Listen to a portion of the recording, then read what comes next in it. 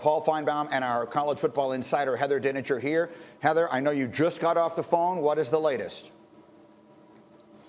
That's right, Greeny. I spoke to CFP Executive Director Bill Hancock about 5 minutes ago about this, and he spoke words of caution. He said nothing is imminent. Yes, they are talking about this. He said, but talking about it is night and day different than they are going to do it. I asked him about a timeline. When might you have to make this decision? And he said that they are going to take as much time as possible before making a determination. He said it could be a month from now. And about a month from now is probably when you would reach a breaking point and have to make a decision. So he said that the sentiment right now within the commissioners is let's get this thing done on time.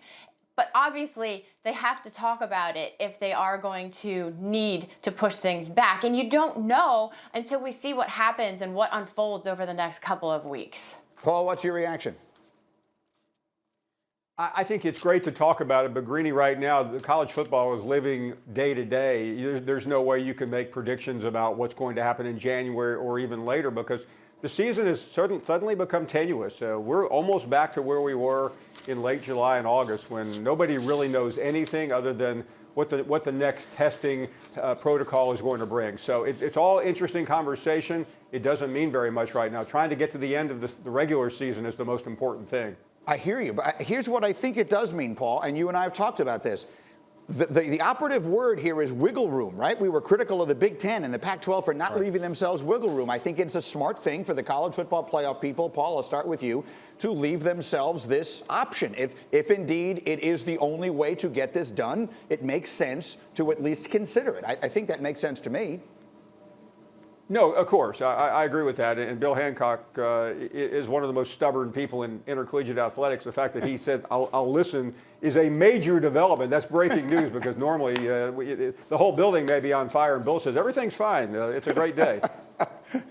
Heather, so what happens now? You used a phrase earlier this week, I think it was on my radio show, where you said no one is taking any of these Saturdays for granted. And it makes sense when you consider the numbers and when you consider the cancellations. So how would you describe where we are right now relative to all of this and the continuation of the season? Holding our breath. Every weekend, Greeny. I mean, look, when Greg Sankey spoke earlier this week to reporters, he said, we have a finish line. They are looking towards January 11th right now as we sit here as that national championship date in Miami Gardens, Florida. That's what they're targeting. But I go back to Texas A&M, which has contact tracing issues, and all these games that were postponed this week, we could be having the same conversation next week. How much does this snowball? And Paul nailed it.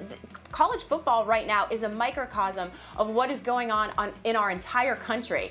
And nobody, not the commissioners, not Bill Hancock, has control over that, how that is going to impact the future of this sport. So yes, flexibility is absolutely important. Greg Sankey has reiterated that, and I think they are bracing themselves for the possibility that it may happen, but they are certainly keeping their fingers crossed for the possibility that they won't have to do that.